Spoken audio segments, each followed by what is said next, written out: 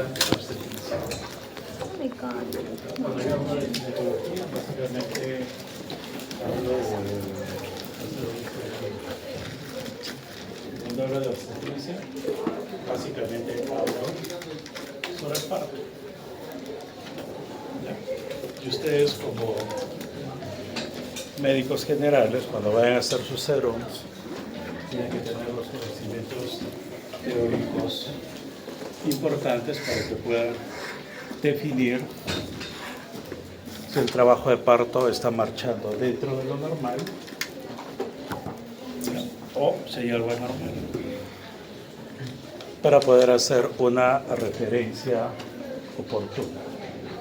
¿Verdad? Vamos a tratar 3 temas: trabajo de parto normal, ¿ya?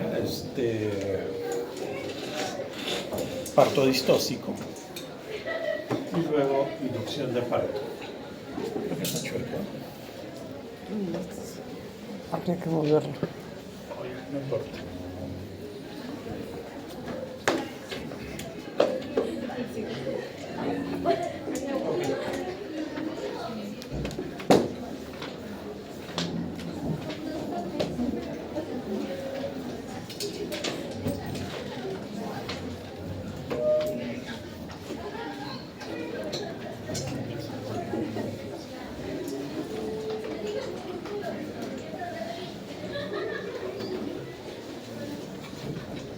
A ver, ¿por qué a la hormona progesterona se le llama progesterona? ¿Mantiene la gestación? Porque favorece la gestación. ¿Ya? En las primeras semanas del embarazo, ¿qué estructura anatómica produce la progesterona? El cuerpo lúteo. Luego, ¿a partir de cuándo? ¿A partir de qué semana? 12 semanas. ¿Mm? 12 semanas. En algunos textos van a encontrar a partir de la 10ª semana, 12ª semana. En otros textos inclusive va a reportarse que el cuerpo lúteo produce progesterona hasta la semana 7 u 8. Pero en promedio 10, 12 la mayoría de los textos. ¿Ya? Entonces, como su mismo nombre lo dice, progesterona es progestación. ¿Ya? Y una de las funciones importantes de la progesterona durante el embarazo es que va a mantener al útero en esa fase, que se llama la fase de quiescencia uterina. ¿Qué significa eso? Que el útero va a estar en reposo, ¿ya? Que el miometrio no va a contraerse. ¿Ya? Ahora, en casos de amenaza de parto pretérmino, o mejor dicho, en gestantes con antecedentes de parto pretérmino, se recomienda que la paciente utilice progesterona micronizada. Eso. Asumo que ya van a ver posteriormente las clases sobre parto pretérmino.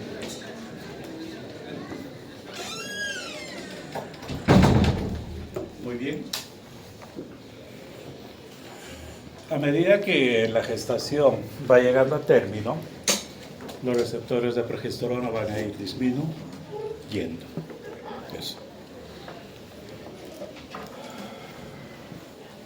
A medida que la gestación va llegando a término, los niveles de estrógenos se van a incrementar.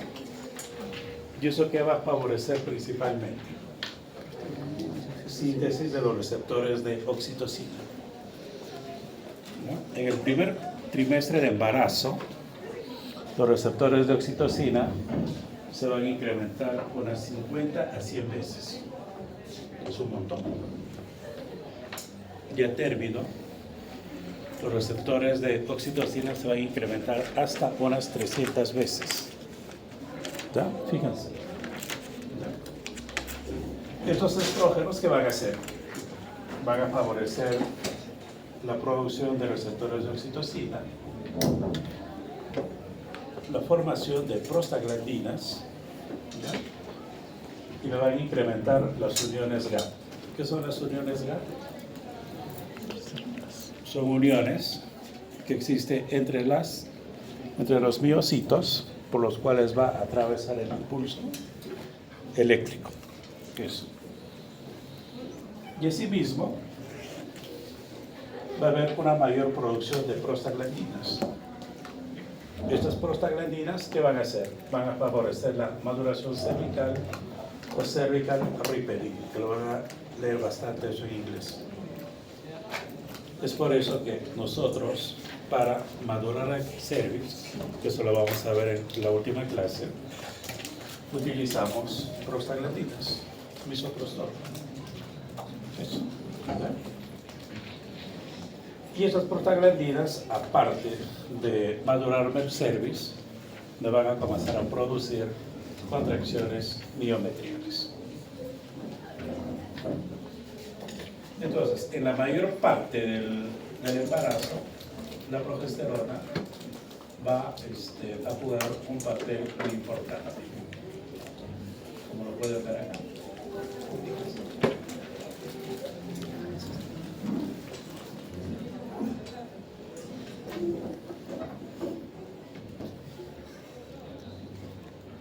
Ok. El feto también va a jugar un papel muy importante en el inicio del trabajo de parto. ¿Ya? A medida que va madurando el feto, se va incrementando mayor producción de cortisol. Ese cortisol, ¿qué va a hacer? Va a ayudar a madurar los pulmones principalmente. ¿Ya? Y a la vez va a favorecer la producción de estrógenos placentarios y de prostaglandinas. ¿Ya? En fetos anencefálicos que no tienen cerebro, no va a haber lipoesis. ¿Ya? Por lo tanto, no va a haber producción de hormona corticotropina. Y usualmente los embarazos de fetos anencefálicos van a durar más de 40 a 42 semanas. ¿Ya? Eso. Ok. A medida que el embarazo va progresando, el feto va creciendo. ¿Ya? Y al momento de ir creciendo, me va a distender el útero. Y eso va a hacer que el miometrio comience a contraerse. ¿Ya? Es por eso que en gestaciones con polidramnios, embarazos múltiples, usualmente no llegan a término. ¿Por qué? Porque el miometrio está recontra distendido. ¿Y esa distensión qué va a hacer? Va a hacer que el miometrio comience a contraerse y se produzca un parto preterno. ¿No? ¿Ok? Acá hay una teoría del límite crítico. ¿Qué significa? Que cuando el útero está muy distendido, como en los ejemplos que les mencioné, eso va a favorecer la liberación de prostaglandinas y producción de oxitocina. Muy bien.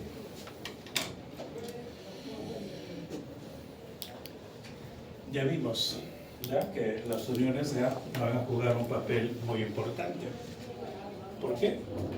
Porque a través de esos canales, que son proteicos, van a permitir el paso de iones y moléculas. Y a su vez va a permitir que las contracciones sean coordinadas y efectivas. El útero no se contrae toda la vez, ¿eh? El útero comienza a contraerse por uno de los cuernos. ¿Ya? Se supone, en teoría, que a nivel del cuerno derecho está el marcapaso uterino. ¿Ya? Y el útero comienza a contraerse del fondo hacia abajo. ¿Ya? Cuando ustedes examinen a una paciente en trabajo de parto, Preguntan a la paciente, señora, ¿dónde se le comienza a poner dura la barriga? Les va a decir, por acá, doctor. ¿Ya? Entonces ustedes colocan su mano, van a sentir que el fondo uterino se pone duro. ¿Ya? Y si ustedes van descendiendo la mano hacia el hipogastrio, van a ir sintiendo cómo la contracción va avanzando.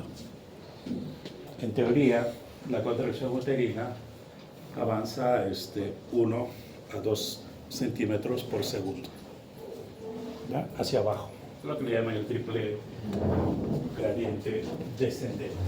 ¿Ya? Ok, ya lo dijimos al inicio. A término, ¿ya? El número de receptores de oxitocina se va a incrementar unas 300 veces. ¿Ya? ¿En qué consiste el reflejo de Ferguson? Eso siempre nos lo han explicado. ¿Ya? Que cuando el cervix comienza a distenderse, ya sea porque la cabeza del feto está presionando a nivel del cuello uterino y el cuello uterino comienza a dilatarse, ese simple proceso hace que se libere más oxitocina endógena. ¿Ya? Ahora, la oxitocina se produce a nivel de los núcleos paraventriculares y supraópticos, y de ahí llega a la adenohipófisis por los vasos porta, ¿ya? Perdón, a la hipófisis posterior, y de ahí se distribuye por la sangre, ¿ya? Pero también hay oxitocina que se produce a nivel de la placenta, a nivel de las membranas. ¿Ya? No vayan a pensar que la oxitocina endógena solamente se produce a nivel de los núcleos supraópticos y paraventriculares. Entonces, este reflejo de Ferguson tiene una retroalimentación positiva. El cuello comienza a dilatarse, la cabeza del feto que va descendiendo va presionando el cuello uterino y eso activa ese reflejo. ¿De qué otra manera podemos producir el reflejo de Ferguson?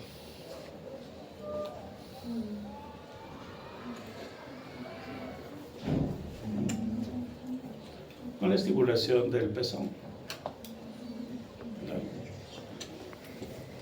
Al momento de estimularse el pezón, eso es otra forma de inducir el parto también, se va a estimular la liberación de prostaglandinas, perdón, de oxitocina. Cuando el bebito lacta, al succionar el pezón, la mamá va a liberar oxitocina.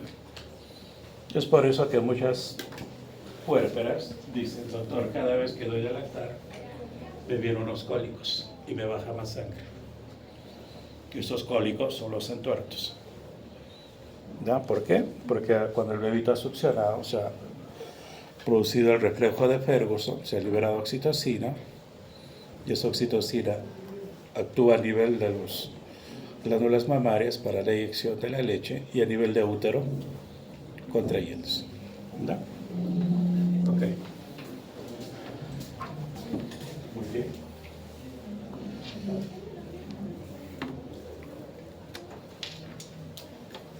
Esto lo vamos a ver más detalle en la inducción del parto.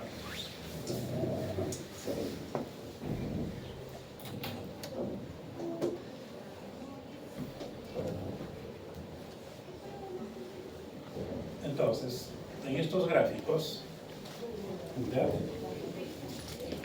Acá vemos, esto es en el periodo de la gestación cuando no hay trabajo de parto. Fíjense acá.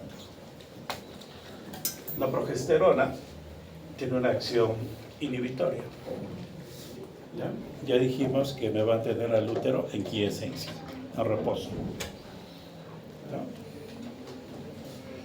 Va a haber pequeños niveles de oxitocina pero que no van a desencadenar el trabajo de parto. ¿Ya? ¿Saben lo que son las contracciones de Braxton Hicks?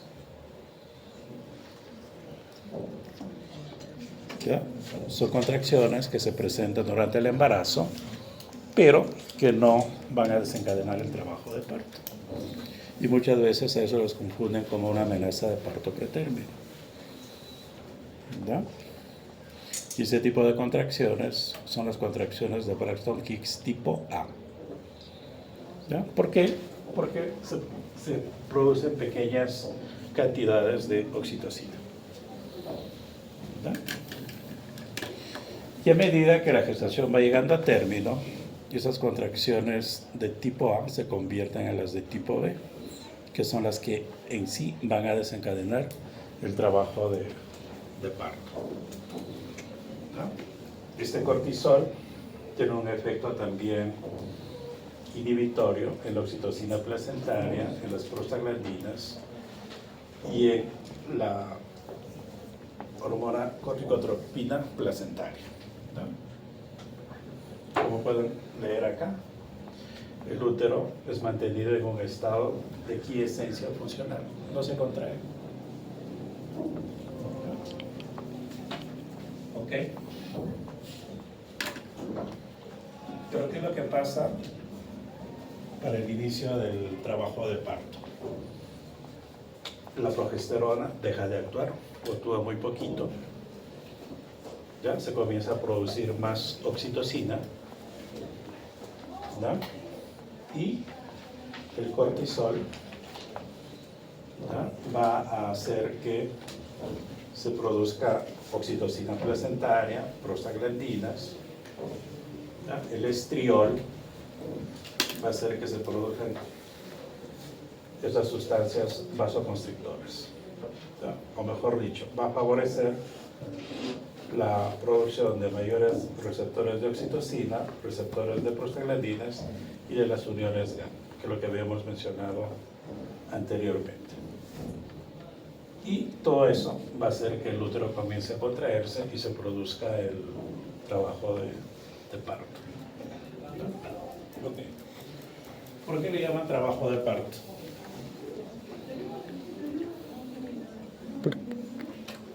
Porque realmente es un trabajo.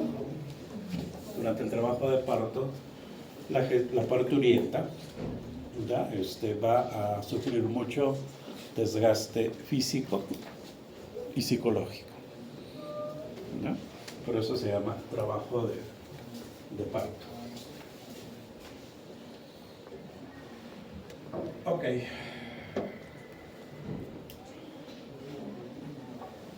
Este gráfico es para recordar sobre la contracción del miocito.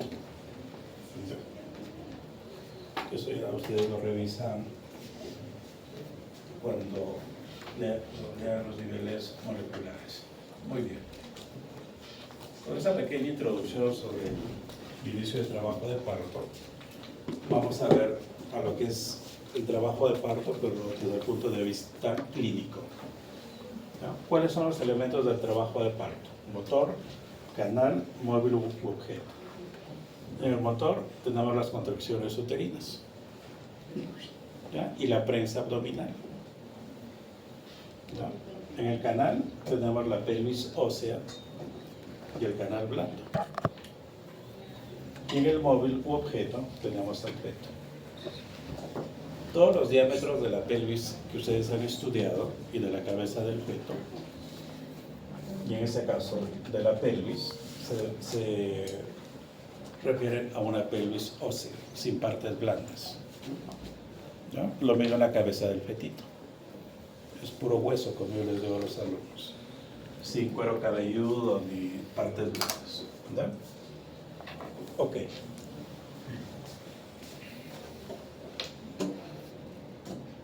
Durante el trabajo de parto se van a producir fenómenos activos y fenómenos pasivos. Dentro de los fenómenos activos tenemos las contracciones uterinas y las contracciones de los músculos abdominales. Dentro de los fenómenos pasivos tenemos la formación y ampliación del segmento uterino inferior borramiento y dilatación del cervix, formación y rotura de las bolsas de las aguas, ampliación de la vagina, vulva y perine, fenómenos mecánicos del feto y fenómenos plásticos del feto. Esto vamos a comenzar a detallarlos. Ok, la formación del segmento uterino inferior. ¿Ya? Fíjense, esto es el segmento uterino inferior. A medida que el útero va creciendo, esa parte inferior se va retrayendo. ¿Ya? Y a medida que el cuello comienza a dilatarse, fíjense, todo esto de acá es el segmento uterino. Fíjense cómo va ampliándose. Ya les dije que las contracciones comienzan en el fondo uterino y al contraerse jalan las fibras hacia arriba. Eso que permite que el cuello comience a abrirse y que el segmento uterino se vaya formando.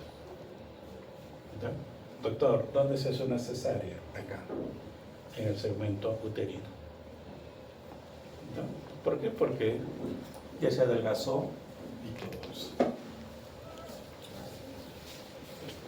Muy bien. Borramiento y dilatación.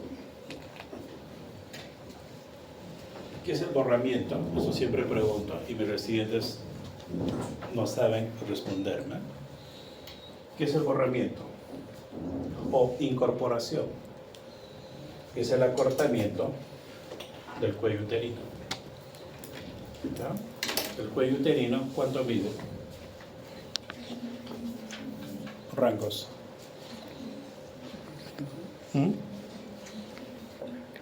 Es anatomía básica. Son 3 a 4 centímetros. ¿Ya? Y el borramiento o incorporación, por cuestiones clínicas, nosotros hablamos en porcentaje. ¿Qué decimos? Una incorporación de 0%, ¿qué significa? Que el cuello no se ha borrado. Para cuestiones de ejemplo y de cálculo, vamos a trabajar con un cuello de 4 centímetros. Si yo digo incorporación de 0%, significa que el cuello mide 4 centímetros. ¿Ya? Si yo digo una incorporación de 50%, ¿qué significa? Que el cuello se ha reducido. ¿En cuánto? En 2 centímetros. ¿Y cuánto me queda de cuello uterino? 2. Muy bien. Si 4 centímetros es el 100%, el 10%, ¿cuánto será? 4 milímetros, ¿sí o no? Entonces, si yo digo una incorporación de 80%, ¿eso qué significa? Que el cuello se ha borrado un 80%, pero me queda un 20%. Al hacer el tacto vaginal, ¿cuánto de cuello yo espero tactar? 8 milímetros. ¿Ya? Si yo digo que es una incorporación de 90%, ¿cuánto de cuello yo espero tactar? 4 milímetros. ¿Ya?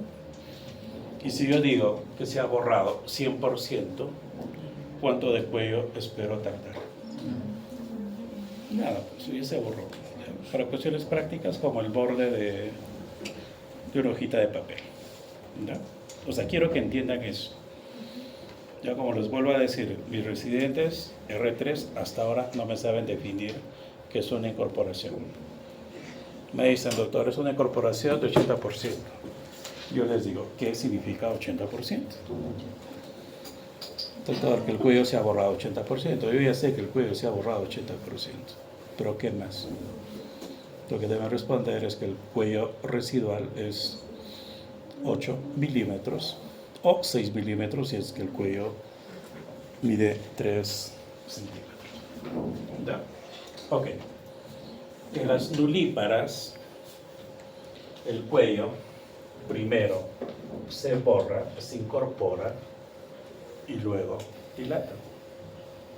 No se olviden de eso. En las multíparas, por el contrario, tanto la incorporación como la dilatación ocurren de manera casi simultánea. ¿No?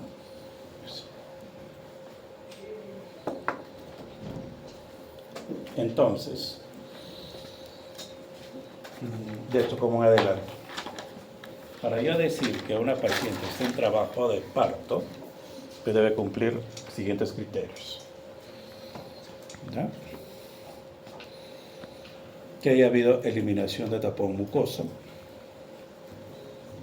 ¿ya? Que la incorporación sea 80% a más, ¿ya? Y contracciones uterinas regulares y dilatación progresiva, ¿ya? Esos son los criterios clínicos para yo decir que una paciente está en trabajo de parto. Yo veo evoluciones de mis residentes y me dicen, doctor, la paciente está con dilatación nulíparas, ¿eh? Dilatación de 1, pero tiene incorporación de 50%. ¿Es dable? No. ¿Por qué? Incorporación de 50% significa que el cuello que me queda todavía son 2 centímetros. Eso. ¿Ya? O sea, anoten esas cositas, ¿sabes? Porque se les voy a preguntar cuando se hacen su integral en el Carmen y votan conmigo. El tapón mucoso, como su mismo nombre lo dice, es un tapón que me cubre el canal endocervical. Eso tiene efectos protectores, ¿ya? Impide que los gérmenes de la vagina y otro tipo de gérmenes asciendan, ¿ya? Y usualmente el tapón mucoso se va a eliminar unas 6-8 horas antes de que la paciente ya comience a dilatar, ¿ya? Y como pueden ver en la foto, es una mucosidad achocolatada, ¿ya? Eso no tienen que confundirlos con sangrado, ¿ya? La mayoría de los pacientes les va a decir, doctor, me ha bajado sangre. Y si una gestante a término me dice que le ha bajado sangre, ¿qué es lo primero que yo tengo que descartar? Placenta previa de PP. Pero no, pues tienen que preguntar ahí las características de la sangre. Señora, ¿y cómo es esa sangre? Doctor, es como una mucosidad, ¿no? Muchos tapones mucosos han terminado siendo operadas en mi hospital con diagnóstico de placenta previa y de PP, que no fueron, ¿verdad? Entonces, si una gestante, especialmente las nulíparas, eliminan el tapón mucoso, la paciente, o mejor dicho, el 80% de las pacientes va a iniciar su trabajo de parto dentro de las 8-12 horas. ¿Verdad? Muy bien. Tapón mucoso o moco de Christeller, ¿ya? Eso es pregunta de examen. La formación de la bolsa de las aguas. Por la ley de Laplace. ¿Qué es lo que dice la ley de Laplace? En una esfera, la presión es la misma en todas las direcciones, ¿verdad? Las bolsas amnióticas podríamos decir que tienen la forma de una esfera, ¿no? Pero ¿qué parte es la más débil? La parte inferior. ¿Por qué? Porque el cuello uterino comienza a dilatarse y se forma esto como una bolsa. Eso va a ayudar en la dilatación del cuello uterino. Ya tiene una función mecánica.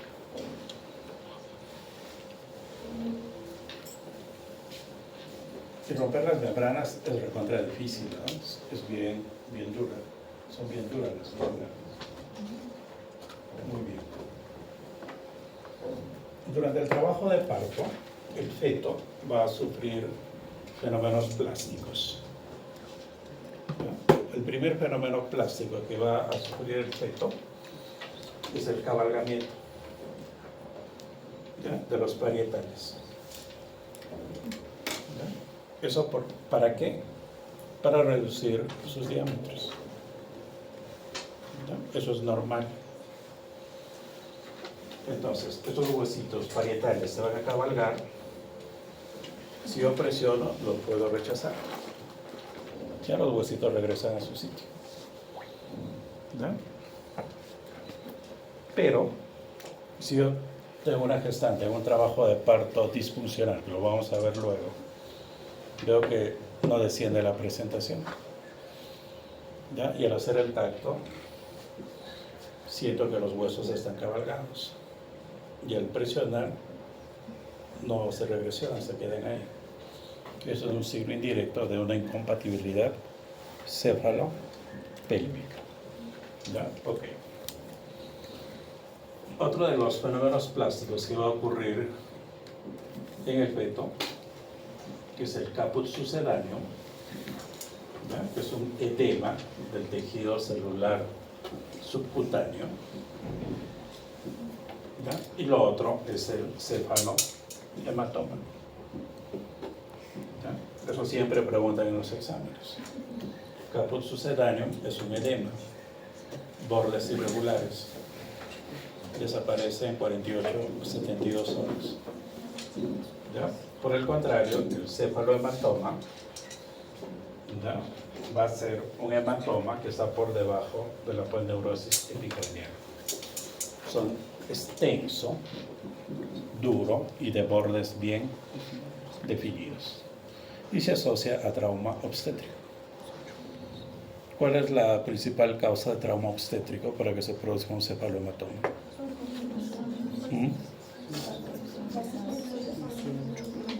No, Christeller.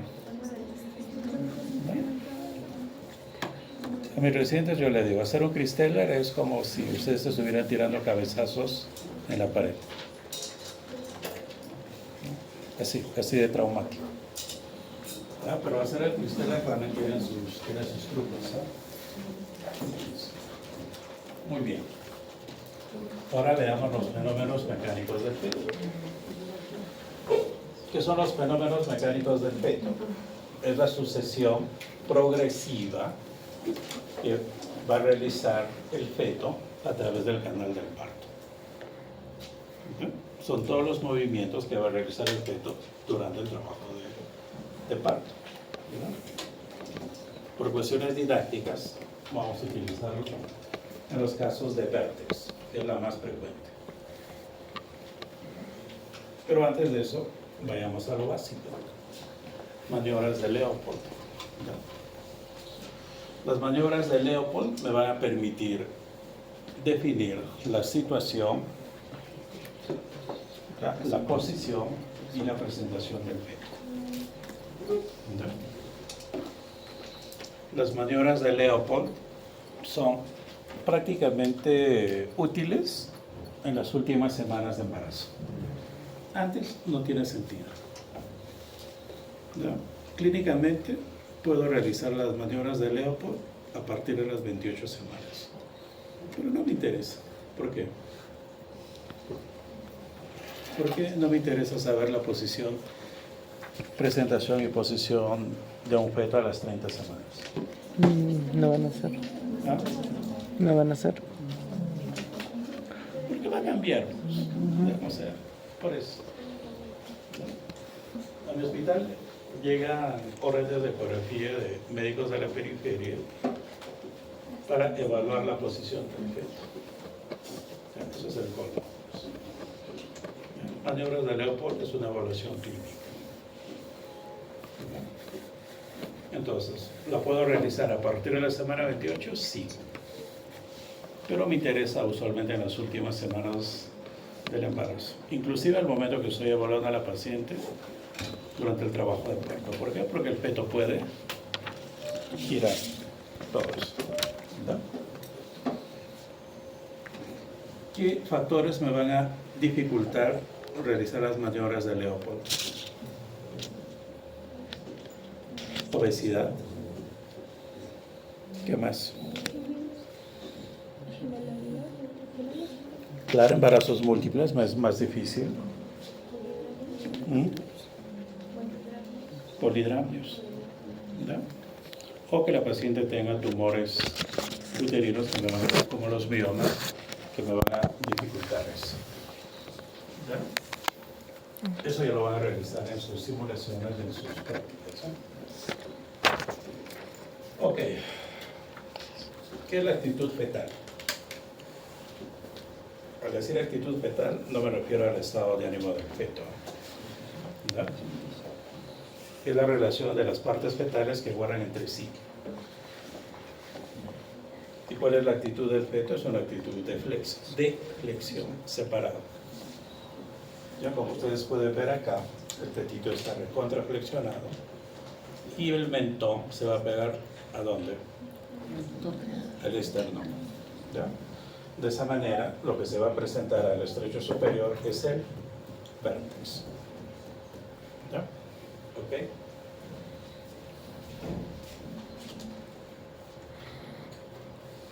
Luego, tenemos que ver lo que es la situación fetal. ¿Qué es la situación fetal? Es la relación del eje fetal con el eje materno. Básicamente hay dos situaciones, longitudinal y transversa. La oblicua, ¿ya? En algunos textos no lo consideran. ¿Ya? ¿Por qué? Porque la mayoría de las veces se corrige, se pone longitudinal o se complica, se coloca transversa. ¿Ya? No se habla de presentación transversa, sino de situación transversa. ¿Ya? ¿Cuántos tipos de situaciones longitudinales tenemos? Uno nada más. Lo otro es presentación. La posición fetal es la relación del dorso del feto con el flanco materno. ¿Ya? La posición izquierda, 2/3. La posición derecha, 1/3. ¿Ya? ¿Qué significa una posición anterior? Que el occipucio está por detrás de la sínfisis púbica. ¿Ya? Y posterior, el occipucio está en contacto con el sacro. ¿Ya? Esos bebitos no van a salir. Y si salen por un parto vaginal, le van a producir un desgarro perineal inmenso. ¿Okay? Luego tenemos las presentaciones. ¿Qué es la presentación? Es la parte fetal que se presenta al estrecho superior. Y solamente hay dos: cefálico, hipodálico o pelviano. ¿Ya? Como pueden leer ahí, la presentación cefálica 95%. ¿Ya? Y la presentación pelviana 4%. Y la presentación pelviana se subclasifica en pura o franca, que es esta, en la cual las piernas están estiradas. Las piernas del bebito llegan a la cara del feto. ¿Ya? La presentación pelviana completa es cuando las piernas están flexionadas. ¿Ya? Y la incompleta es cuando una de las piernecitas está por debajo de la pelvis fetal. ¿Ya? Afortunadamente, la mayoría de los casos son así, ¿ya? Pura o franca. Al realizar la tercera maniobra de Leopold, ¿para qué me sirve?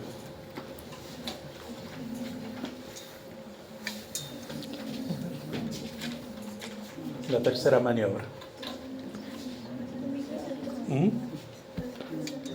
Es para ver qué polo fetal se está presentando al estrecho superior.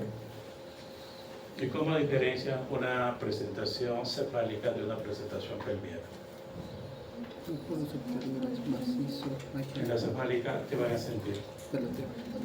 La cabeza. ¿Qué características va a tener eso? Dura, como un coco. La próxima vez que vean un coco, pálpenlo para que sientan esa consistencia. ¿No? Y por el contrario, en la presentación pelviana van a sentir algo más grande y plano. ¿Cuál creen que de todas las maniobras de Leopold es la más importante? Primera, segunda, tercera, cuarta.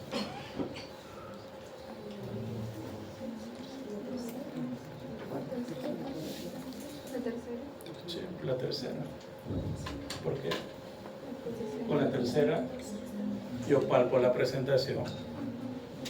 ¿Ya? Y si está flotando, voy a moverla de un lado para otro. Y si está descendido encajado, ya no voy a poder moverlo. O sea, al final la tercera presentación es, o la tercera maniobra es la más importante desde el punto de vista clínico. Muy bien. Entonces, ¿cuáles van a ser los movimientos que va a realizar el fetito en la presentación de Bartius? ¿Ya? Primero es lo que es la flexión y acomodación. ¿Ya? Segundo es el descenso y encajamiento. ¿Ya? Tercero, la rotación interna.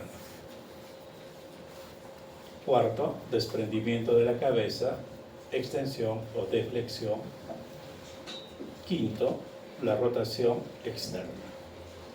Y sexto, desprendimiento de los hombros o expulsión. ¿Ya? Entonces, el fetito se flexiona, se acomoda, ¿ya? Se va a acomodar principalmente en qué lado, izquierdo o derecho.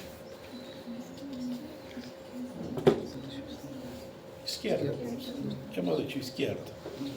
Una vez que el bebito se acomoda en el lado izquierdo, va a descender. Una vez que desciende, va a encajar. ¿Ya? Cuando decimos que el feto está encajado, cuando el vértex está a nivel de ¿qué? De las espinas ciáticas. ¿Y eso a qué plano de Hodge equivale? Tercero. ¿A qué plano de Deli equivale? Cero. ¿Ya? Ok. Una vez que el bebito ha encajado, va a rotar, va a hacer una rotación interna. ¿Ya? Todos los bebitos nacen mirando hacia abajo. Pues el bebito que ha descendido del lado izquierdo hace una rotación interna. ¿Qué significa eso? Que el occipucio se va a ubicar detrás de la sínfisis púbica. Luego va a ser el desprendimiento de la cabeza, extensión o deflexión. El bebito, una vez que ha rotado, va a hacer este movimiento. ¿Ya? Sale y rotación externa. ¿Ya? La rotación externa va a rotar hacia el lado en el cual ha encajado. Eso. ¿En qué momento nosotros intervenimos? Acá. ¿Ya? Para facilitar el desprendimiento de los hombros. ¿Ya? Eso. Asumo que eso han practicado en sus simulaciones, ¿no? ¿O no? Ok. Entonces, la presentación cefálica, como pueden ver, vértex u occipucio es la más frecuente, 99%. ¿Ya? Bregma o deflexión de primer grado. ¿Ya? Deflexión de frente o de segundo grado. ¿Ya? Y deflexión de cara o de tercer grado.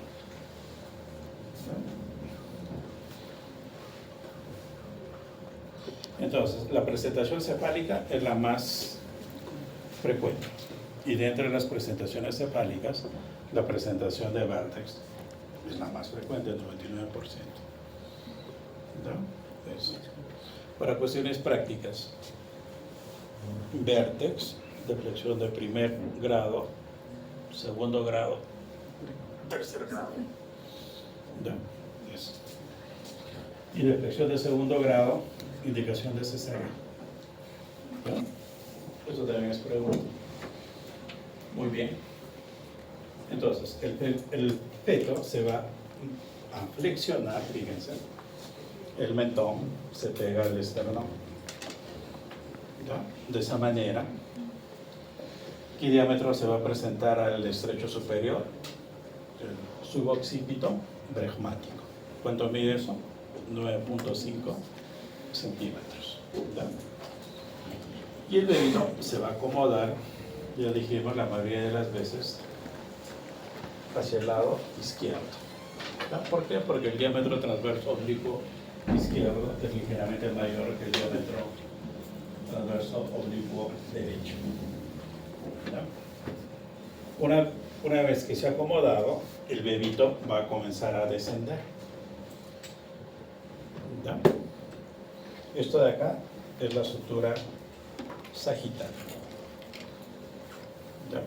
Cuando la sutura sagital es equidistante al sacro y al pubis, decimos que el bebito está descendiendo en sinclitismo. ¿Ya? Fíjense, ¿no? Por el contrario, cuando la sutura sagital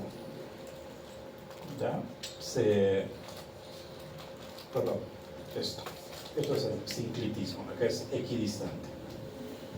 ¿Ya? Ahora, cuando la sutura sagital se acerca al sacro, estamos frente a un ciclitismo anterior. ¿Ya? El hueso parietal es lo que me va a definir si es anterior o posterior. Entonces yo hago un tacto, voy a explorar la sutura sagital y voy a ver que esta sutura sagital se está pegando hacia el sacro. Entonces es un sinclitismo anterior. Por el contrario, hago un tacto vaginal, veo que la sutura sagital se acerca al pubis, es un asinclitismo posterior. Esto es indicación para cesárea. Entonces, este bebito no va a descender. ¿No? Al no descender, no va a encajar. ¿Ya? Ok.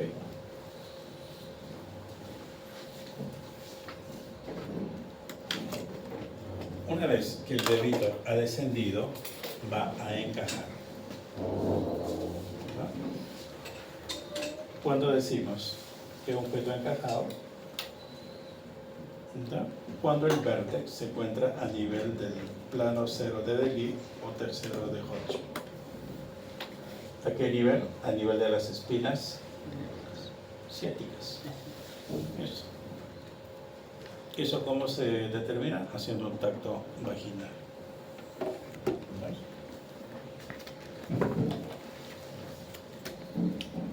Muy bien. Una vez que el bebito ha encajado, la mayoría de las veces el feto va a encajar en el lado izquierdo. Luego viene el de rotación interna. ¿Ya? En el de rotación interna, el occipucio se va a colocar detrás de la sínfisis púbica. ¿Ya? Es por eso que la mayoría de los bebitos nacen mirando hacia abajo.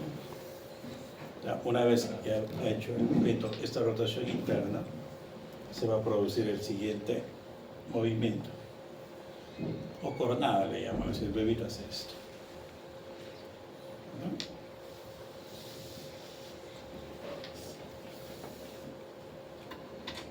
Esto, desprendimiento o extensión o deflexión de la cabeza. Como pueden ver ahí, en el 98.5% de los casos va a ser un occipito anterior. ¿Qué significa eso? Que el bebito nace mirando hacia abajo. ¿No? 1.5% de las veces el bebito puede nacer mirando hacia arriba. Pero si nace, me va a desgarrar todo el canal del parto. ¿No? Eso. Muy bien. Luego de ese movimiento, es el movimiento de rotación externa. ¿Ya? El bebito, la cabeza del bebito va a girar hacia el lado que encajó. ¿Ya? ¿Por qué es importante saber todo eso? Por esto. Como pueden ver ahí, en ese momento es cuando nosotros intervenimos. Entonces yo tengo que saber hacia dónde voy a ayudar a rotar al bebito. ¿Verdad? Y fíjese cómo se coge la cabeza del feto. Se mete los dedos acá. ¿Verdad? Y con la palma se pican los parietales. ¿Verdad? Entonces, hago ahí nacimiento de hombro anterior, pac, nacimiento de hombro posterior, suco. ¿Ya? Eso. Y todo eso tiene que ser rápido, ¿ya? Porque el bebito es como un pescadito y ustedes están con guantes.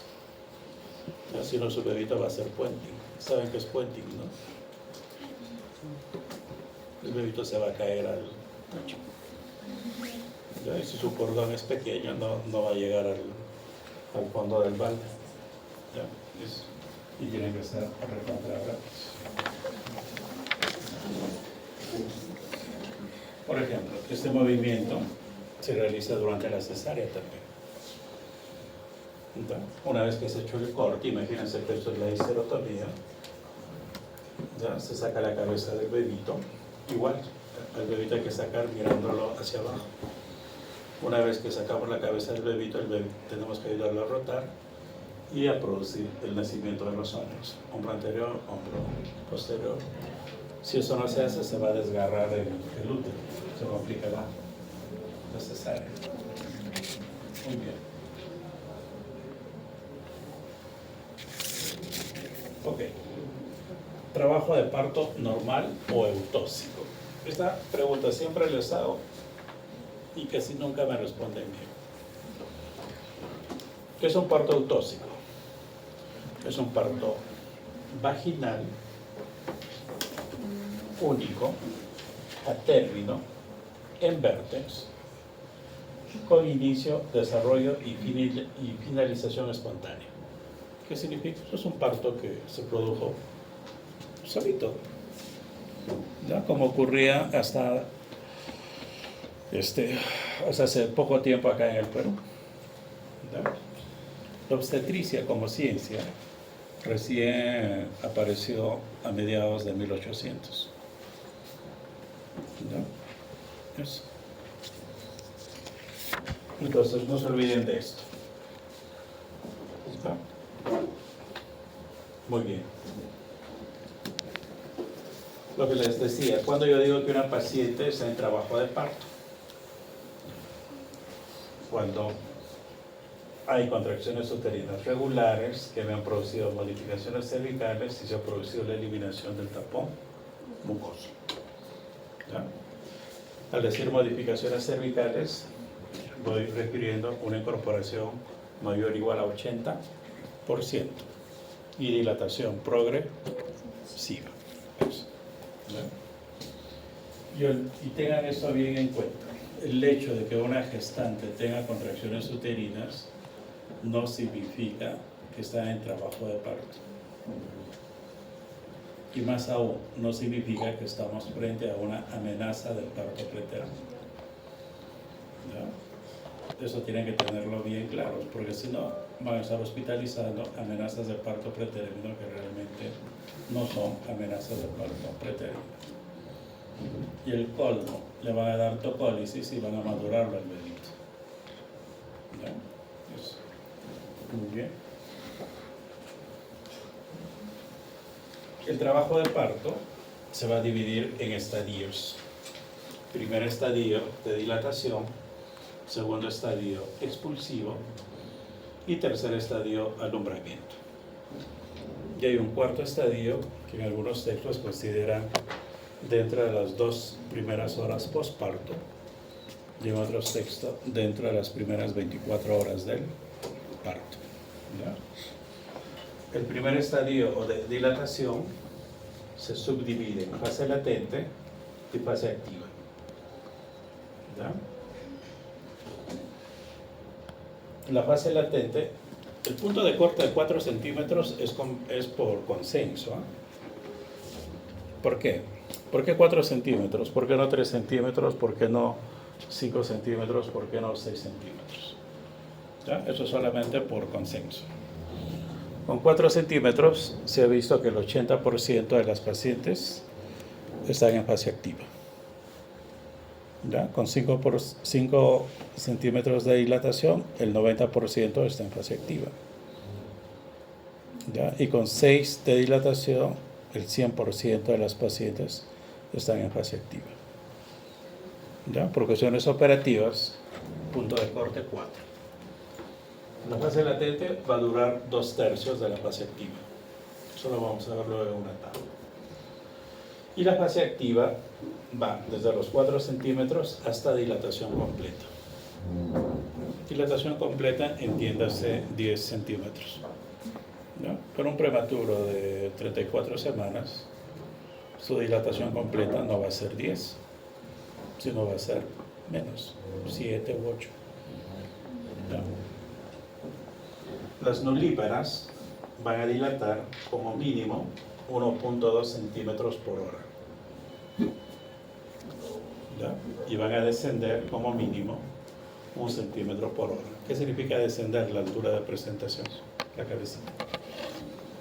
¿Ya? Por el contrario, las multíparas van a dilatar como mínimo 1.5 centímetros por hora y van a descender 2 centímetros por hora. ¿Ya? Entonces, si una nulípara está con dilatación de 4, ¿en cuántas horas como máximo va a completar?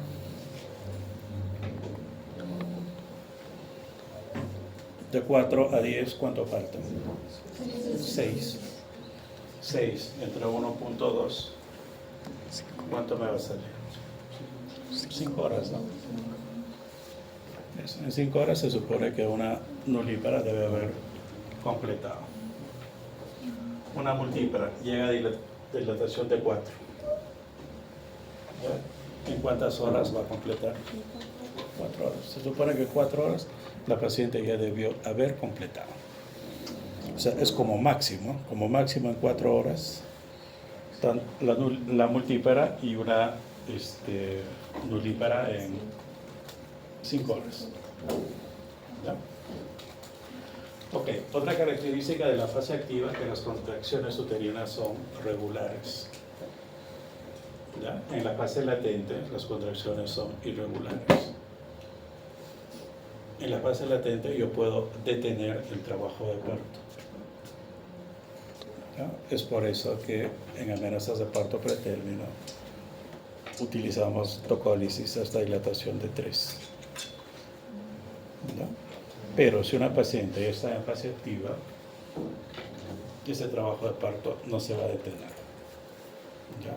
Va a continuar, se va a enlentecer todo eso, pero va a continuar. ¿Ya? Ok, entonces una vez que el trabajo de parto ha llegado a dilatación completa, se va a producir el segundo estadio, que es el expulsivo. ¿Ya? Y eso abarca desde la dilatación completa hasta el nacimiento. En promedio, 30 minutos. ¿Ya? Y luego del tercer estadio, se produce el tercer estadio, que es el alumbramiento, ¿ya? Desde el nacimiento hasta la expulsión de la placenta. Promedio, 30 minutos. Y el cuarto periodo, ya las 2 primeras horas en algunos textos, posparto o las primeras 24 horas. ¿Ya? De estas 3 fases, ¿cuál ustedes creen que es la más importante? Activa.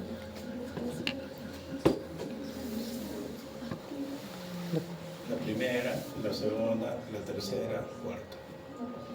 ¿Cuál creen que es la más importante? La primera. La primera. La cuarta. ¿Por qué? ¿Ya? Porque si se produce una hemorragia postparto, la paciente se les va a morir en su cuerpo. El bebito pasa a segundo plano.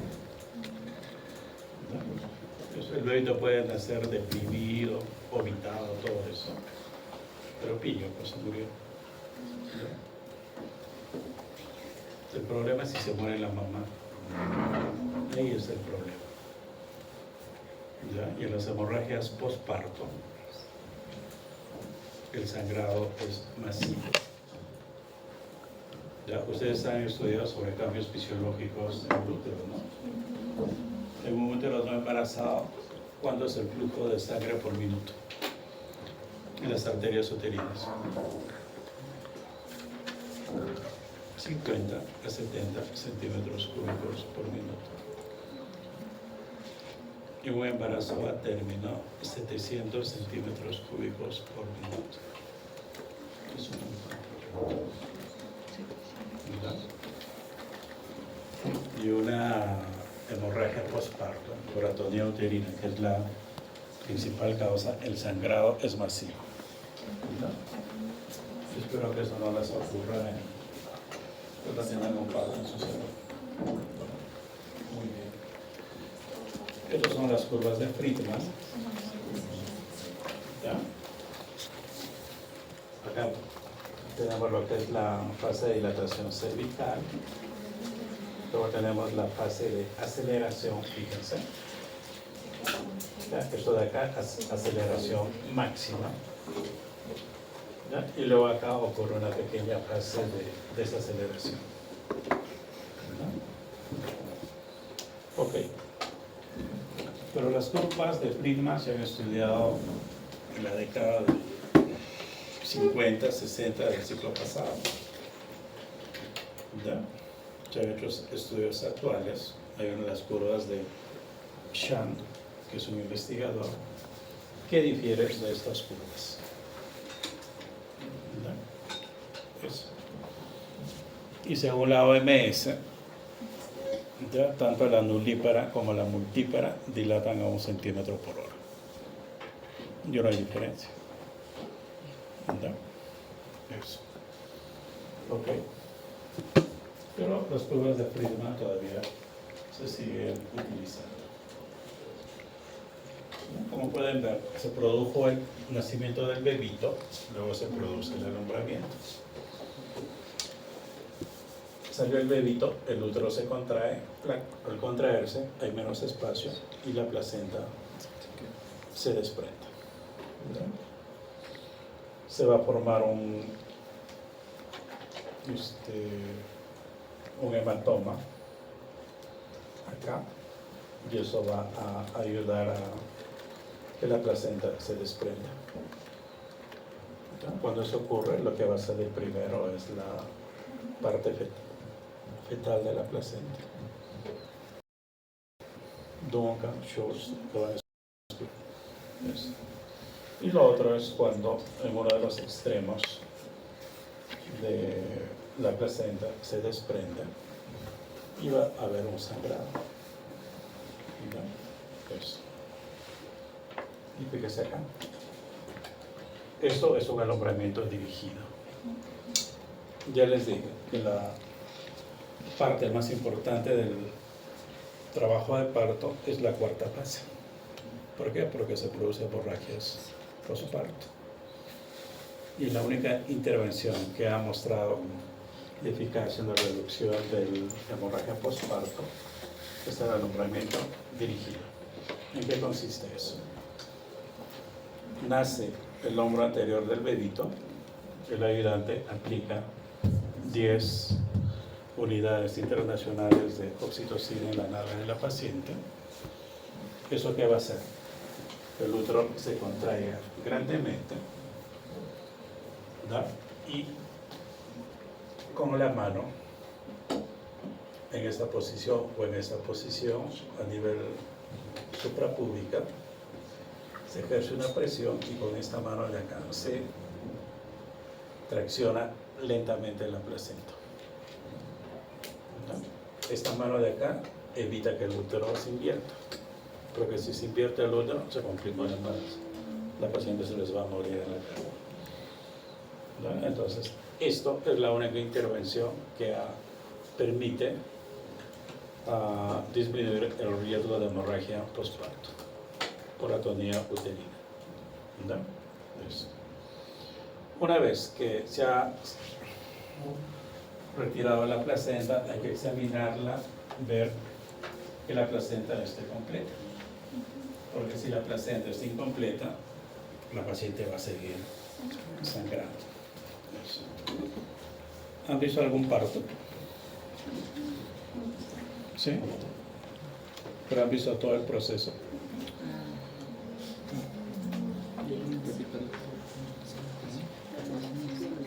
¿Han visto cesáreas? ¿Ya? ¿Dónde hay mayor sangrado? ¿En un parto o alguna cesárea? ¿Parto? ¿Dónde han visto el parto? No ha sido en el Carmen, ¿no? Sí.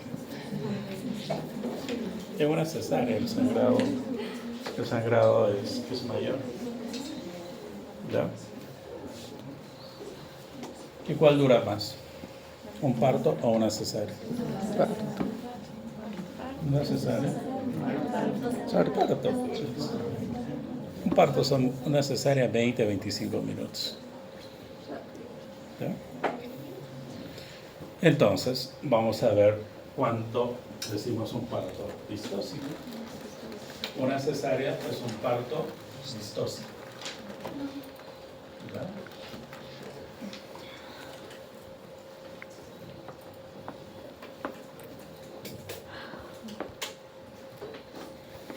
Ok, recapitulando. Dijimos que un parto distóxico es un parto vaginal, feto único, a término, en vértex de inicio, desarrollo y finalización espontánea. Por lo tanto, una cesárea es un parto distóxico. ¿Por qué? Porque no es un parto vaginal. ¿No? Un parto instrumentado con forceps o vacuum es un parto distóxico. ¿No? Un embarazo múltiple por parto vaginal es un parto distóxico. ¿No? Un parto pretérmino, antes de las 37 semanas, o posttérmino, es un parto distóxico. ¿Ya? Deflexiones que ya hemos visto, de primer, segundo y tercer grado, presentación compuesta o podálico, es un parto distóxico. ¿Ya? Y si hemos inducido o hemos acentuado el trabajo de parto, es un parto distóxico. ¿Ya? Eso. No se olviden de eso. Eso, grábenselo. Muy bien. Entonces, distosia. Distosia etimológicamente significa parto difícil o complicado. ¿Ya? Y tenemos distocias de la contracción, distocias fetales, básicamente en la presentación, y distocias maternas, ya sea en la parte ósea o partes blandas. ¿Ya? ¿Ok? Muy bien. Distocias de contracción. ¿Ya? Cuando decimos que una paciente tiene buena dinámica uterina, decimos que tiene de 3 a 5 contracciones en 10 minutos. ¿Ya? Con una intensidad mayor a 30 a 50 milímetros de mercurio. Y con una duración entre 30 a 45 segundos. ¿No? ¿Eso cómo se valora clínicamente? Poniendo mi palma de la mano en el útero de la paciente. controlar desde el momento que uno siente que el útero comienza a contraerse hasta que se relaja. ¿Verdad? Eso va a ser la duración de la contracción uterina, es la duración clínica. Porque la duración fisiológica, como pueden ver acá, son como 200 segundos. ¿Verdad? Eso. El tono basal, que es esto de acá, es el tono del útero fuera de las contracciones o en reposo. Normalmente 10 a 12 milímetros de mercurio. ¿Verdad? Ok. Fíjense, la paciente recién va a sentir dolor cuando la contracción uterina sobrepasa una presión de 25 milímetros de mercurio. El examinador va a sentir la contracción uterina cuando ésta sobrepasa los 20 milímetros de mercurio. ¿Verdad? Y clínicamente una buena contracción promedio te va a durar 50 segundos. ¿Verdad? ¿Ok? Eso es una contracción o una dinámica uterina normal. ¿Verdad? Ok. Luego tenemos las hipodinamias. Hipo, que significa poco. Hiper, mucho. ¿Verdad? Las hipodinamias se va a deber a una excitabilidad y contractibilidad disminuida. El útero no se contrae de manera adecuada. Eso lo vemos en pacientes añosas, mayores a 35 años, ¿verdad? O por agotamiento del miocito. Es una paciente que le hemos puesto misoprostol, le hemos puesto oxitocina y se saturaron los receptores de oxitocina y por lo tanto ya no se contrae el miocito, ¿verdad? Y tenemos la hiposistolia, la bradisistolia y la hipotonía. Y las hiperdinamias, por el contrario, el miometrio se va a encontrar con mayor excitabilidad, ¿verdad? Y luego que se ha iniciado el trabajo de parto, ¿no? Los secundarios. Tenemos la hipersistolia, la taquisistolia y la hipertonía. ¿Verdad? Pues todo solo etimología. Muy bien. Lo que habíamos visto. ¿Verdad? Para hablar una fase latente prolongada en nulíparas, desde el momento que la paciente comienza a dilatar hasta entre los 4 centímetros, tiene una duración de más de 20 horas. ¿Ya? En una nulípara, más de 14 horas. Una fase activa lenta es cuando la nulípara va a dilatar menos de 1.2 centímetros por hora y una multípara menos de 1.5 centímetros por hora. Y así, todo esto. ¿Verdad?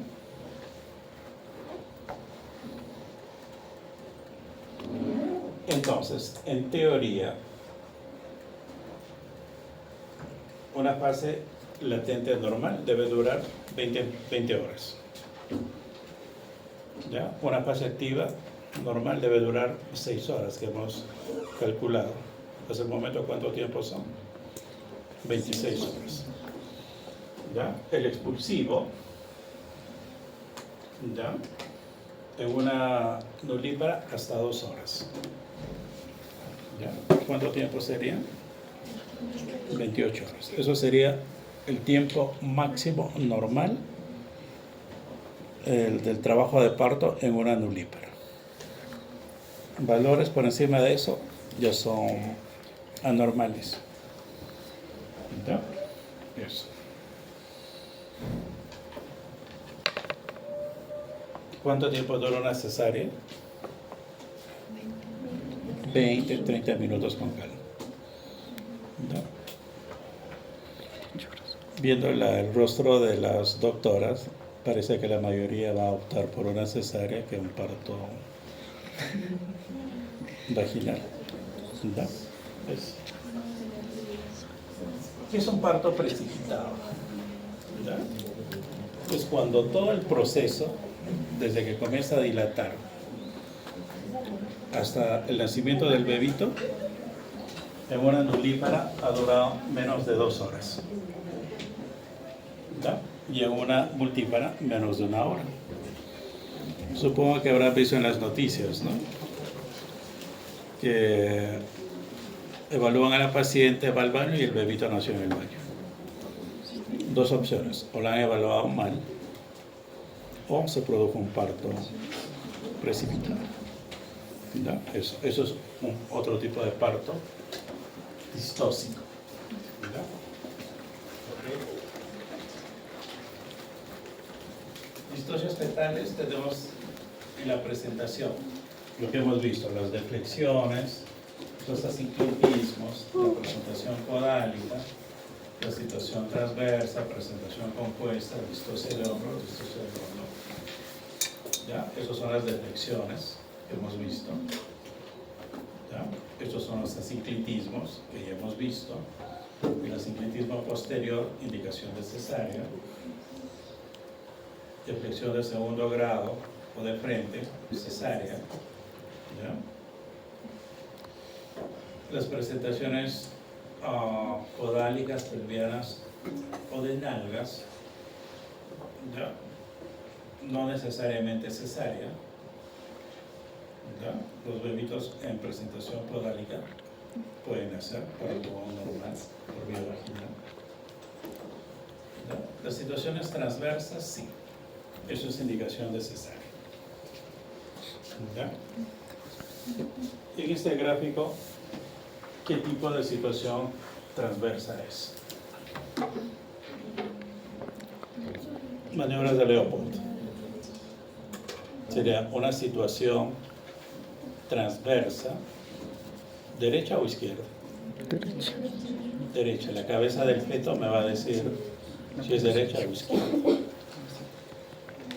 Dorso inferior, ¿por qué? Porque lo primero que se presenta es el dorso. Dorso inferior, o si estuviera arriba sería dorso superior. En otros textos el dorso inferior le llaman anterior y el superior posterior. Esta de acá, durante una cesárea, es la más complicada, la que yo le tengo pavor. ¿Por qué? Porque cuando corto el útero, hago la histerectomía, me voy a encontrar con el dorso del bebito. ¿Ya? Previamente se supone que ellos he evaluado si es derecho o izquierdo. En este caso es derecho. Como es derecho, meto mi mano, conjuro los piececitos y lo jalo por acá. Lo saco el bebito de pie. En ese proceso se puede fracturar fémur. ¿Ya? Y si esa paciente ha estado perdiendo líquidos, no tiene nada de líquido, el útero atrapa al bebito. ¿Ya? Es por eso que en este tipo de situaciones transversas, en algunos textos recomiendan hacer una histerectomía corporal, partir el útero en dos. ¿Ya? Eso. ¿Ya? Entonces, a esto le tengo pavor.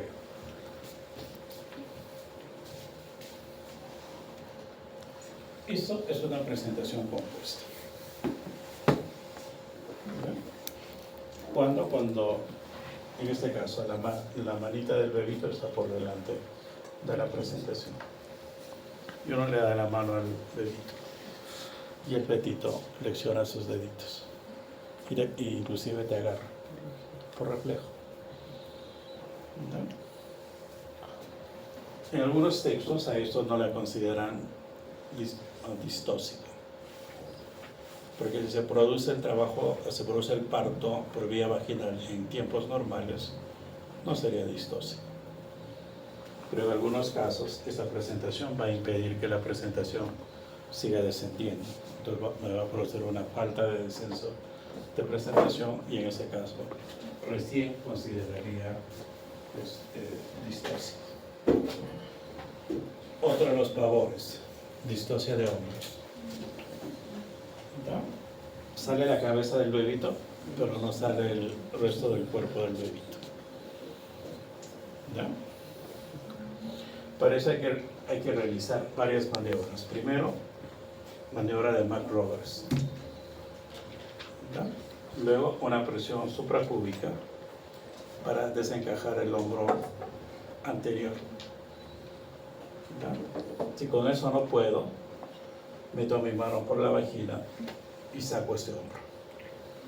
En ese proceso se puede fracturar clavícula o húmero. ¿Ya? Si con eso no puedo, tengo que fracturar clavículas. ¿Ya? De esa manera el diámetro biacromial se reduce. ¿Ya? ¿Y ustedes creen que es fácil fracturar clavícula? No. La próxima vez que vayan a comer pollo, es un pollo a la brasa o en un caldo de gallina, traten de romper con su dedo la piernita del pollo. Así, ¿eh? O sea, con un solo pulgar. No va a poder. Hay que realizar bastante ejercicio. Ok. Doctor, y he hecho todo eso. Y todo eso tiene que ser rápido, porque cuanto más tiempo el bebito no sale, el bebito se muere. ¿Qué creen que se deberían hacer? ¿Ya? En unos textos describen la maniobra de Sabanelli. Cojo la cabeza y lo meto todo al revés, al bebito. Nunca lo he hecho, solo lo he leído. ¿Ya? Lo que sí he hecho es fracturar clavícula, pero ya se le explica a la paciente. ¿Ya? Lo otro es hacer una sifisiotomía, cortar sínfisis del pubis, separar y por ahí sacar al bebito. Y en algunos casos hay que decapitarlo al bebito. ¿Ya? Porque estos bebitos, si se demoran en salir, se mueren. ¿Ya? Eso. ¿Ya? Por eso le digo, distocia de hombros es la verdadera pesadilla para el ginecólogo obstetra. ¿Ya? Factores de riesgo para distocia de hombros, macrosomía fetal. ¿Ya? Cuanto más grande es el bebito, hay mayor riesgo para eso. Pero los estudios han demostrado que la mayoría de distocias de hombros no se producen en fetos macrosómicos, sino en fetos normales. ¿Ya? Eso. Espero que nunca les ocurra eso. En estos 23 años que soy relacionada con la ginecología y obstetricia, solamente tuve un caso de distocia de hombros. ¿Ya? Realicé las maniobras, no salió el bebito, tuve que fracturar clavícula. Ahí recién salió el bebito. ¿Ya? Lo pusieron su bendita en 8, ¿no? Que les colocan y se soluciona el problema. Ok, luego tenemos las distocias de cordón. ¿Ya? Cuando yo digo distocia de cordón, solo si dificultan el descenso de la presentación y producen desaceleraciones persistentes. No todo circular de cordón me va a producir una distocia. ¿Por qué? Porque de cada 6 partos vaginales, 6 bebitos van a nacer con circular simple. ¿Ya? Por ejemplo acá, este bebito está naciendo mirando hacia abajo, ¿ya? Y ahí liberamos el cordón. Si está muy ajustado, ponemos un par de pinzas y cortamos. ¿Ya? Okay. Y hablamos de circulares de cordón cuando rodean el cuello, ¿ya? Del feto. Esos son los que me van a producir problemas. ¿Ya? Puede haber un cordón breve, cordón corto. ¿Ya? Un procúbito de cordón es cuando yo hago un tacto vaginal, las membranas están íntegras y siento el cordón umbilical. ¿Ya? Para eso tengo que programar para cesárea. ¿Ya? Prolapso de cordón es, se rompió las membranas y el cordón se salió por el canal vaginal. Eso es otra emergencia, porque si no se resuelve eso, el bebito se muere en cuestión de minutos o segundos. Si les pasa un prolapso de cordón, cuando ustedes están atendiendo un parto, ¿qué es lo que tienen que hacer? Primero, rechazar la presentación, evitar que la cabeza comprima el cordón umbilical. Si están en su puesto de salud a 8 horas de un hospital, ¿qué van a hacer ahí? Lo que tienen que poner a la gestante es en posición genupectoral, ¿ya? Como un pollito bebiendo agua. Ya las nalgas de la paciente hacia arriba y la cabeza del feto hacia arriba. En esa posición la presentación va a descender y no va a comprimir el cordón umbilical. Y cada cierto tiempo ir viendo si hay latidos en el cordón umbilical. Porque si se omitió el bebito, ya pues, que nazca por abajo. ¿Ya? Eso. Luego tenemos los nudos verdaderos del cordón. El bebito se mueve y se forma un nudo verdadero del cordón. Se ajusta, se muere el bebito. ¿Ya? Y basa previa es cuando un pequeño borde del cordón o de la placenta está por un vaso que, cuando hay una inserción velamentosa de los vasos del cordón umbilical. Velamentosa es como una escobita. ¿Ya? Eso. Distocias maternas, ya tenemos las estrecheces pélvicas, las pelvis asimétricas, exostosis óseas. ¿Ya? Lo mismo, en esos 23 años a lo sumo he visto 4 o 5 casos de pelvis estrechas. Y todas por pelvis asimétricas secundarias a secuela de polio o a secuela de displasia congénita de cadera. ¿No?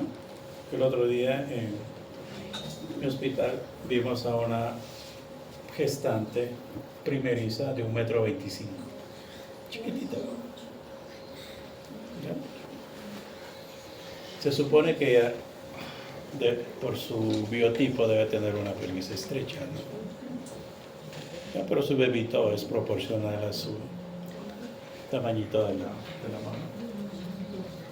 Exostosis óseas son exostosis óseas que se van a producir en el sacro, principalmente secundario a traumatismos. ¿Ya? Ok. Distocia de las partes blandas, tenemos miomas abortados. ¿Ya? Decimos, usted lleva gineco, ¿no? Que es un mioma abortado, es un mioma que ha salido a través del canal del cervix y se ha quedado colgado en la vagina. Si es grandote, no va a permitir que el bebito nazca. ¿Ya? Lo otro, condilomatosis vaginal, siempre y cuando sea tamaño de un coliflor. ¿Ya? Pero si es 1 o 2 condilomas, eso no me va a dificultar el parto y tampoco eso es indicación de cesárea. Y los tabiques vaginales transversales. ¿Ya? Eso. Es un tabique vaginal transversal anular, se supone, que debe haber un pequeño agujerito por donde ha pasado el seno y por lo tanto la mujer se ha embarazado. ¿Ya? En esos casos sí hay que hacer programar una cesárea. ¿Ya? Okay. Y para terminar, sobre inducción de parto.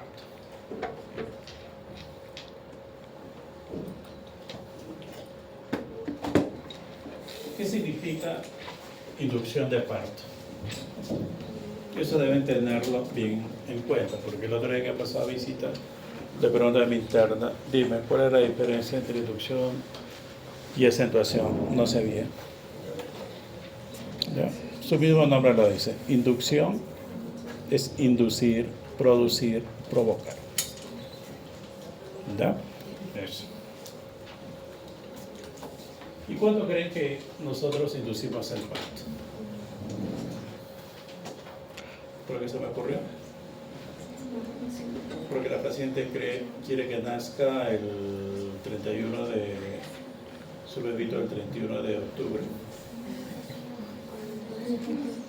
Factores fetales, maternos. Inducimos el parto cuando hay una indicación médica, materna o fetal. ¿No? Eso. Ya, no es, ¿cómo se llama? Porque al médico se le ocurrió, la paciente quiere que su bebito nazca ese día, ¿no? Ok. Entonces, ¿qué es inducción? Es el inicio iatrogénico de las contracciones uterinas previo al inicio espontáneo del trabajo de parto. ¿Qué significa? Es provocar el trabajo de parto. Actualmente se recomienda que si vamos a inducir un parto, a partir de las 39 semanas a más. ¿Por qué? Porque no todos los bebitos maduran de la misma manera. Antes decían, 37 semanas ya sácalo al bebito. Ya pero el bebito tenía problemas respiratorios. 38 semanas lo mismo. 39, 40 semanas se ha visto que tiene menos complicaciones respiratorias del recién nacido.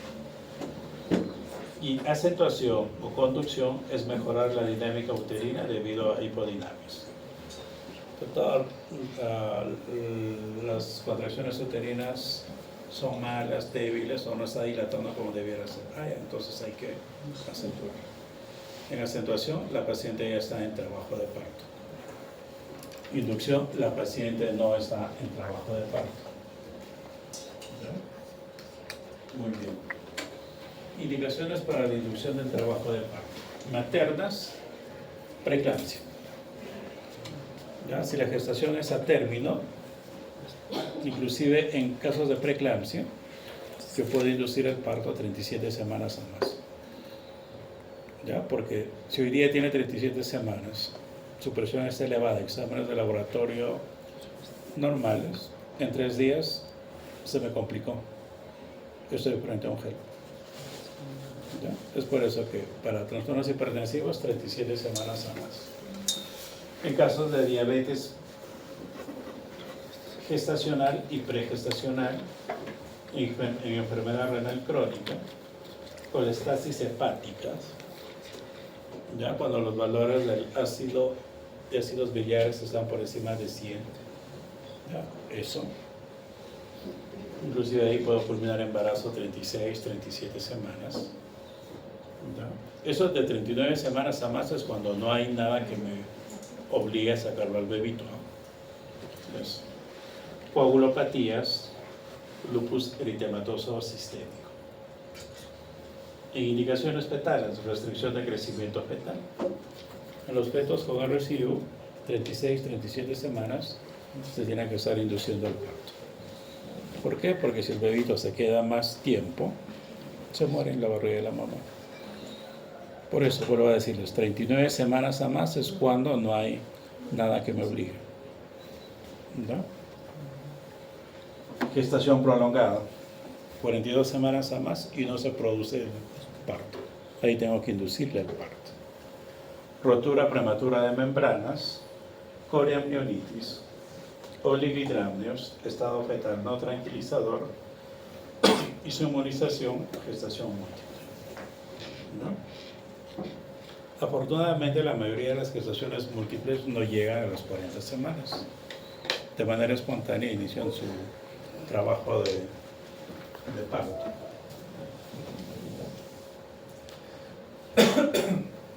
Entonces, antes de la inducción, tenemos que hacer una evaluación materna, confirmar la indicación para la inducción, ¿ya? Revisar contraindicaciones, hacer una pelvimetría interna. ¿Qué significa eso? Yo tengo que estar seguros de que ese bebito va a nacer por vía vaginal. ¿Ya? Caso contrario, no hay sentido, lo programa para una cesárea. ¿Ya? Evaluar la maduración cervical, pero si es un cervix favorable o no, que ahorita lo vamos a ver.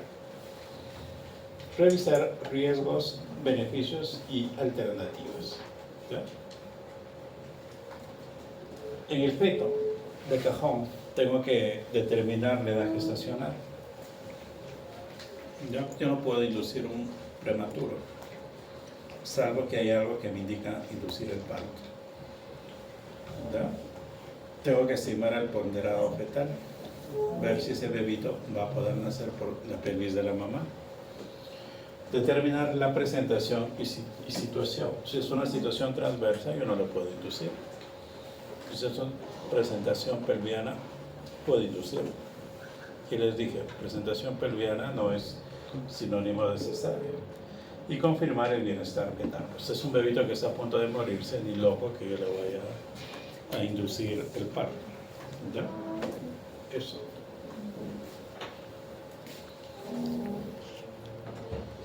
Entonces, habíamos dicho que tenemos que evaluar la maduración cervical. Y para eso utilizamos el puntaje de Bishop. ¿Ya?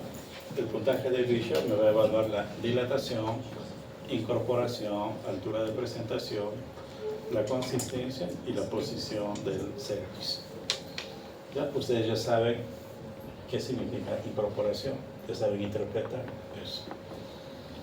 Entonces, un puntaje de Bishop de más de 7, tasa de éxito de parto, más de 80%. ¿Ya?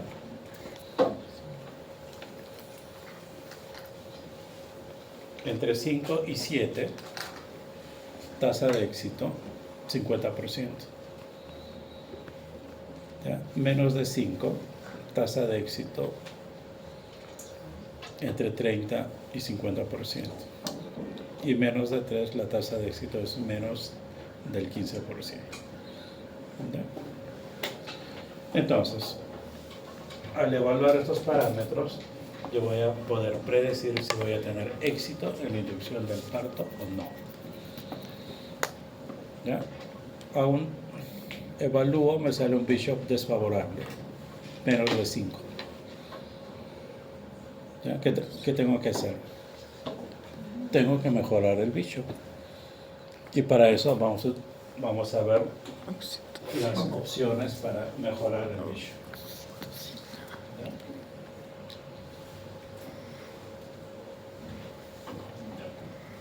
Pero previamente veamos algunas características sobre la maduración cervical.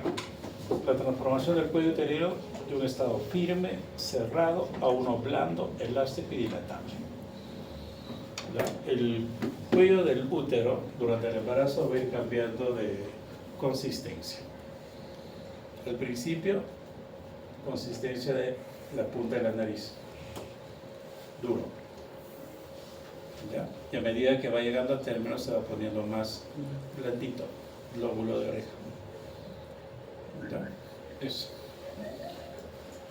Ahora, el cuello del útero, 10 a 15% constituido por músculo liso, por colágenos tipo 1 y tipo 3. Van a haber proteoglicanos, el condritin y dermatansulfato, que va a hacer que el útero esté duro, lo mismo que la matriz extracelular. ¿Ya? Eso es la composición normal del cervix. Fíjense el porcentaje del músculo, 10-15% es poco. Okay.